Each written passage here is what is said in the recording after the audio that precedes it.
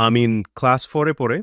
সে বই পড়তে খুব ভালোবাসে। কিন্তু তার বন্ধু মামুন বলে, "বই পড়ে কি হবে? খেলাধুলায় তো আসল মজা।" একদিন স্কুলে স্যার বললেন, আগামীকাল সাধারণ জ্ঞানের প্রতিযোগিতা হবে, সবাই প্রস্তুত হবে। আমিন খুশি হলো। সে বাসায় গিয়ে তার বিজ্ঞান বই, সাধারণ জ্ঞানের বই আর পত্রিকা পড়ে রইল। মামুন শুধু ফুটবল খেলল।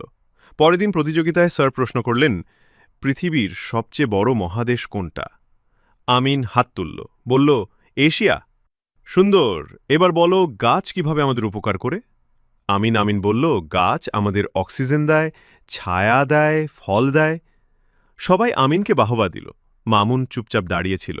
শেষে স্যার বললেন, "দেখলে শুধু খেলা নয়, বই পড়াও দরকার। বই মানুষের বন্ধু।" মামুন লজ্জা পেল। বলল, "আমি আজ থেকে বই পড়ব।"